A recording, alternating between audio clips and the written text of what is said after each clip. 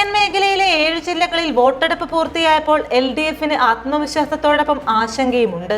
ശബരിമല സ്വർണ്ണക്കൊള്ള തിരിച്ചടിച്ചില്ലെങ്കിൽ നേരത്തെ ജയിച്ച തദ്ദേശ സ്ഥാപനങ്ങളിൽ ചിലതെല്ലാം കൈവിട്ടാലും നേരിയ മേൽക്കൈ ഉണ്ടാകുമെന്നാണ് പ്രതീക്ഷിക്കുന്നത്.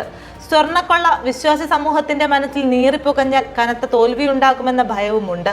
അതേസമയം വ്യക്തമായ മുന്നേറ്റമുണ്ടാക്കിയെന്ന പ്രതീക്ഷയിലാണ് UDF നേതൃത്വം. പോളിംഗ് ശതമാനം കേന്ദ്രീകരിച്ചുള്ള പതിവ് വിലയിരുത്തലുകൾക്കപ്പുറം മുന്നൊരുക്കവും തെരഞ്ഞെടുപ്പ് അജണ്ട സെറ്റ് ചെയ്തത് മുതൽ കൃത്യവും കാര്യക്ഷമവുമായി പ്രവർത്തിച്ചതടക്കമുള്ള ഘടകങ്ങൾ മുൻനിർത്തിയാണ് UDFന്റെ ആത്മവിശ്വാസം. സംസ്ഥാന സർക്കാരിനെതിരായ ഭരണവിരുദ്ധ വികാരം ശക്തമായിരുന്നു. ഇത് നിഷ്പക്ഷ വോട്ടർമാരെ ആകർഷിക്കാൻ സഹായിച്ചു. ഭരണവിരുദ്ധ വികാരത്തെ ചെറുക്കാൻ ക്ഷേമാനുകൂല്യങ്ങൾ ഉയർത്തിക്കാട്ടി ഇടതുമുന്നണിയെ ശബരിമല സ്വർണ്ണക്കൊള്ള ചർച്ചയാക്കി പ്രതിരോധത്തിലാക്കാനായെന്നാണ് വിലയിരുത്തുന്നത്. തദ്ദേശ സ്ഥാപനങ്ങളുടെ പ്രവർത്തന മികവും വ്യക്തിഗത ക്ഷേമ പദ്ധതികളും സ്ഥാനാർത്ഥികളുടെ വ്യക്തിപ്രഭാവവുമെല്ലാമാണ് ത്രിതല പഞ്ചായത്ത് തെരഞ്ഞെടുപ്പിൽ പൊതുവിൽ വിലയിരുത്താറ്. ആ നിലക്കാണെങ്കിൽ ചെറിയ നഷ്ടമുണ്ടായാലും കാര്യമായ പരിക്കുണ്ടാകില്ലെന്നാണ് LDF കണക്ക് കൂട്ടുന്നത്.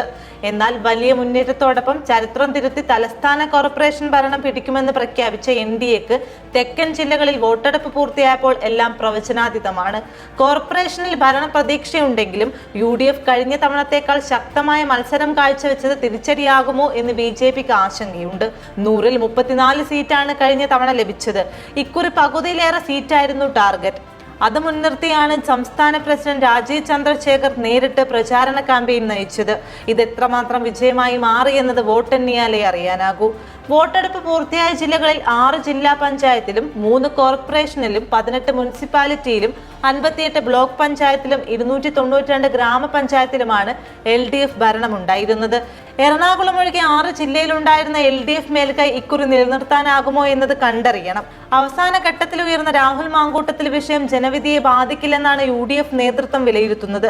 അറസ്റ്റ് ചെയ്യാത്ത സർക്കാർ നിലപാടാണ് ചർച്ചയായതെന്നാണ് കോൺഗ്രസ് കരുതുന്നത്. തദ്ദേശത്തിൽ കാര്യമായ മുന്നേറ്റമുണ്ടാക്കാനായില്ലെങ്കിൽ വരാനിരിക്കുന്ന നിയമസഭാ തെരഞ്ഞെടുപ്പിൽ തിരുവനന്തപുരത്ത് 5 സീറ്റ് വരെ പ്രതീക്ഷിക്കുന്ന BJPക്കുണ്ടാകുന്ന ആഘാതവും ചെറുതാവില്ല. ഇത്തരത്തിൽ 3 മുന്നണികളും കണക്ക് കൂട്ടിയും കിഴിച്ചും തിരഞ്ഞെടുപ്പ് ഫലത്തിനായി കാത്തിരിക്കുകയാണ്.